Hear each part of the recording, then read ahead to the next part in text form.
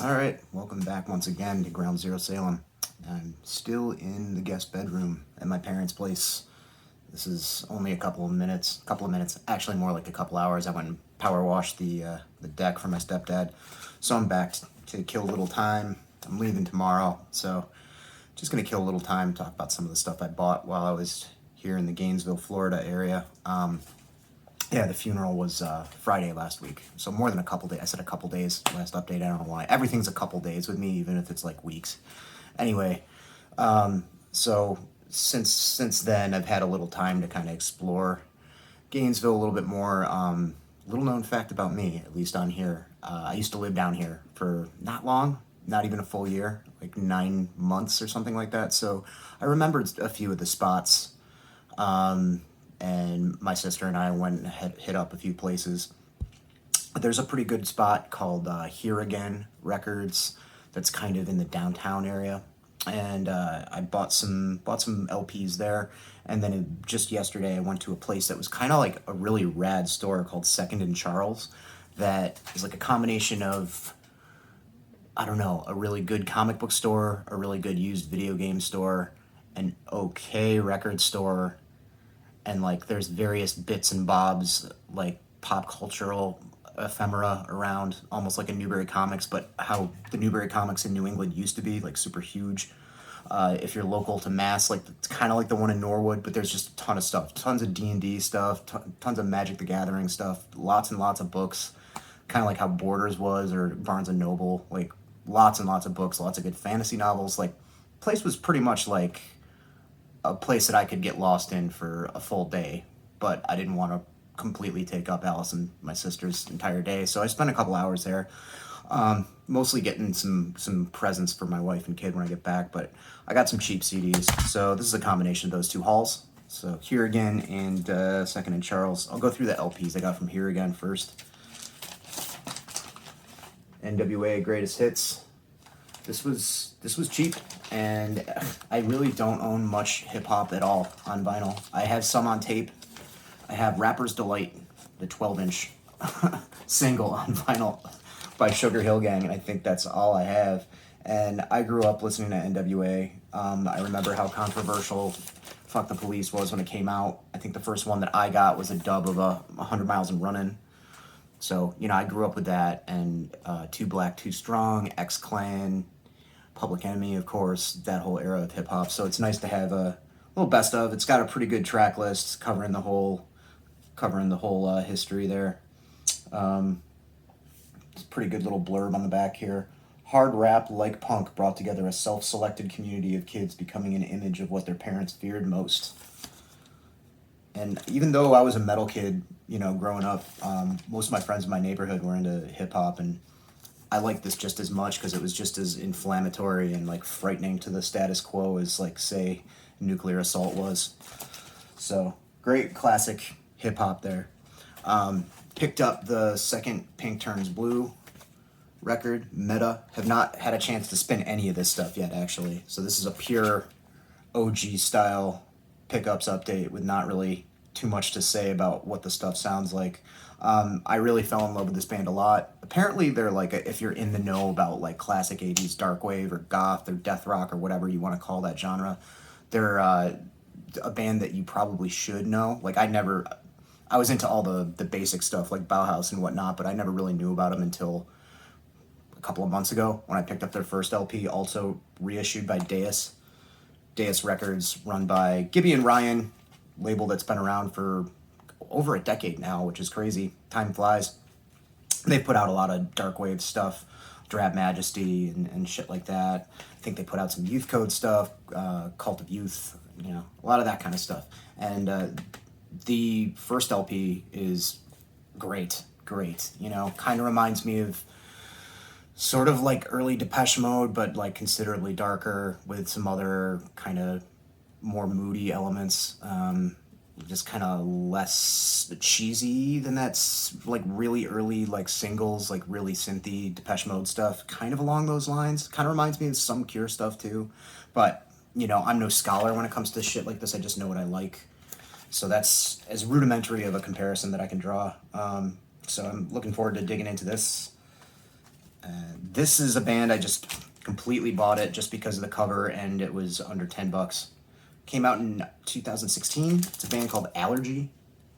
A record called Smog. I have no doubt in my mind that this is probably some kind of D-beat oriented music. Looks like they're kind of taking a big nod from Bastard there with their graphic design. One-sided LP, like 10 songs. Bloody Master Records from Gainesville put this out. So, and I think I'd heard the name, but I've been big on stuff like this lately. This kind of raging fast, unrelenting hardcore.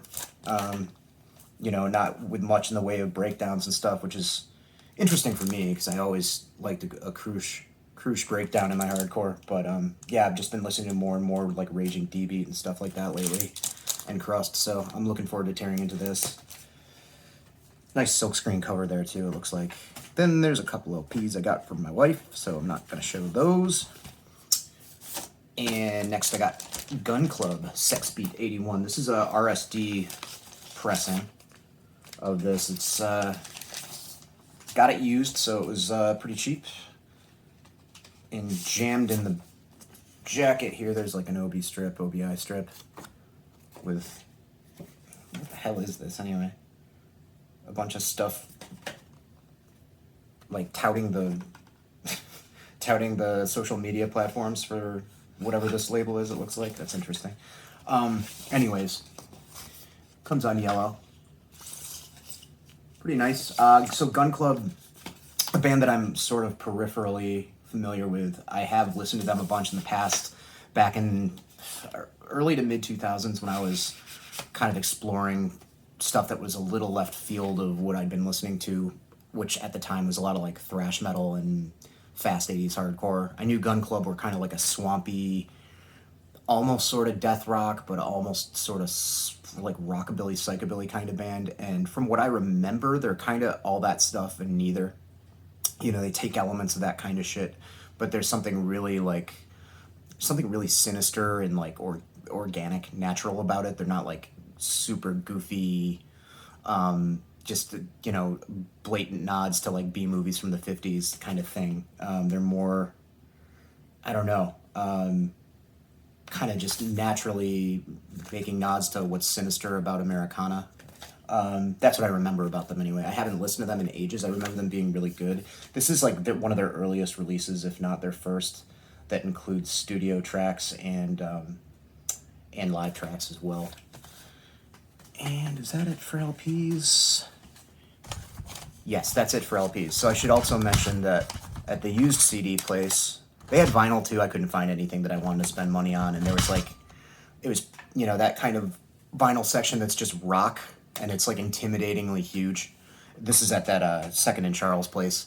Yeah, it just says like rock, and you can find anything from like Joan Baez, as mentioned last update, to like Testament, but you have to dig through like 12,000 LPs, and I can definitely make an afternoon into an evening out of that, but time is precious and I didn't want to torture my sister.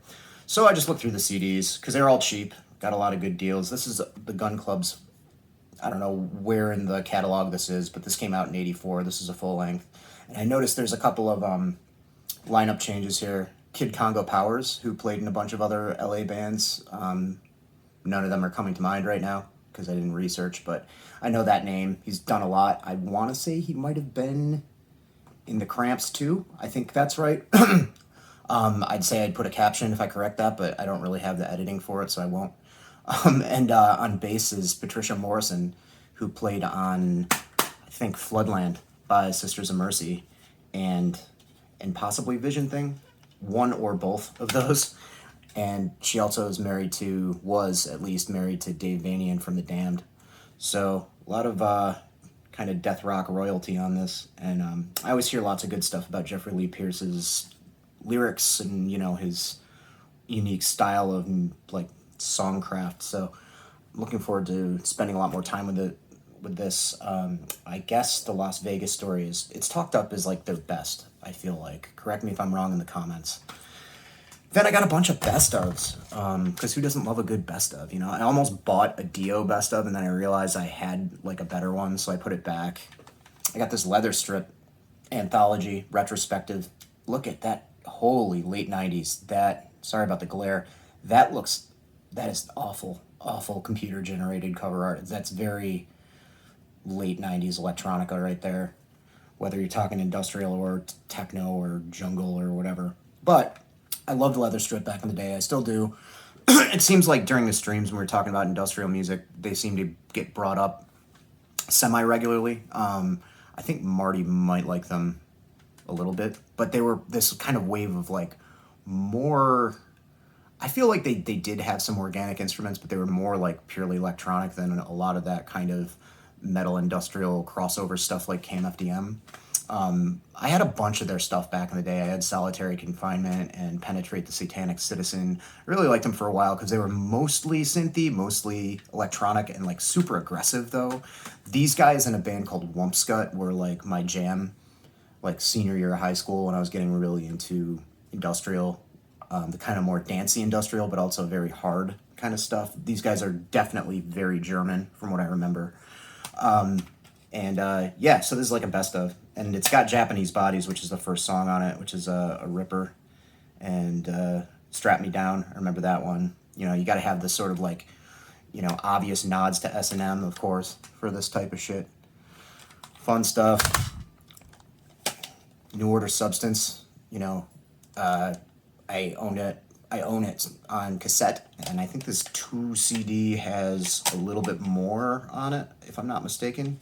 And just kind of an upgrade to have like a nice, good shape 2 CD of the best of New Order, essentially. The early stuff, like I want to say up through track 6 or 7, Ceremony, Everything's Gone Green, Temptation, Blue Monday, Confusion, Thieves Like Us. I mean, Shell Shock and Bizarre Love Triangle are nothing to sneeze at either, but those are some of my favorite songs from this style of music. You know, Post Joy Division, if you didn't know. Peter Hook, hell of a bass player. And Nick Cave and the Bad Seeds, best of. You know, I love Murder Ballads, which is weird, because I hear that, I don't know if that's divisive or not. I've mentioned that to certain people that are big Nick Cave fans, and they kind of go, you know, I don't know if it was like the more accessible commercial album. I don't know enough about Nick Cave, to be completely honest. You know, I hear a lot of people prop up other records, but this does have Red Right Hand and The Mercy Seat, Henry Lee. You know, it's a pretty comprehensive best of at least his like earlier stuff. It's got 16 tracks. From Her to Eternity's on here. So it's a lot of stuff that I already know, but it's nice to have it all in one place, because the only other one that I have is Murder Ballads, which I enjoy a great deal.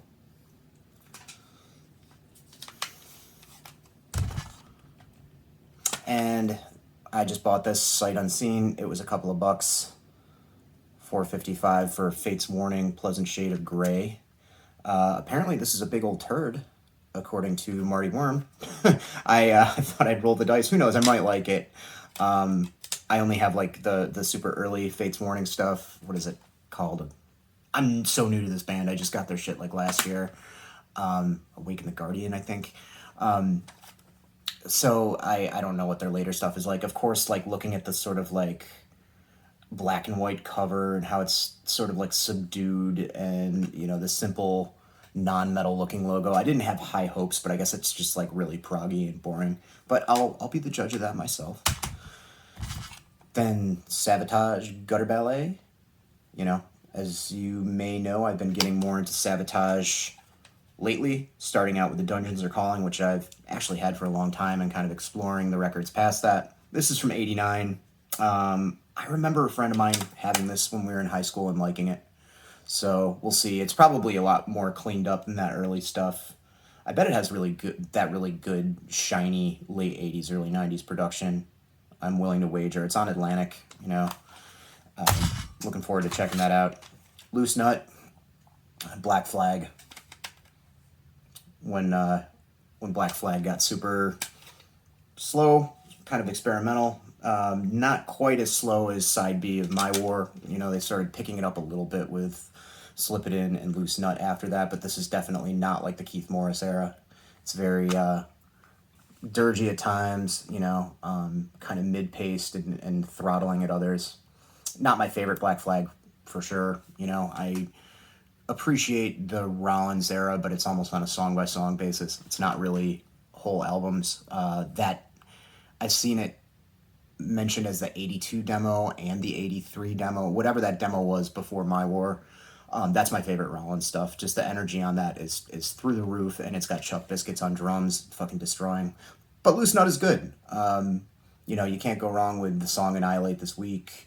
The title track's great. You know, that's a nice kind of upbeat sort of one. Modern Man's a pretty good one. This Is Good. It's a good song. It's a lot more like kind of mid-tempo stuff on this than the records that preceded it, I feel like. And then finally, I swear to God, I think I own this. I think I own this on vinyl, and I forgot I did. I'll have to check. I have like 3 or 4 Dead Can Dance LPs, but this is Spleen and Ideal. Second favorite for me, maybe, Dead Can Dance record. First being In the Realm of the Dying Sun, Within the Realm of the Dying Sun.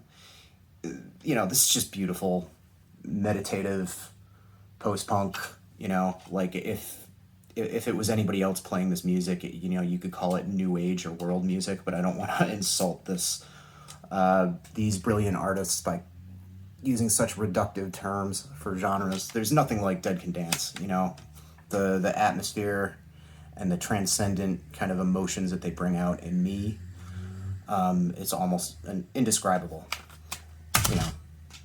Let's get hyperbolic as fuck. Dead Can Dance fucking rips. All right, so that's what I've got for you. I'll see you guys, folks, ladies, gentlemen, non-binary, whatever. I'll see you all back in the basement at GZS. Everyone take care.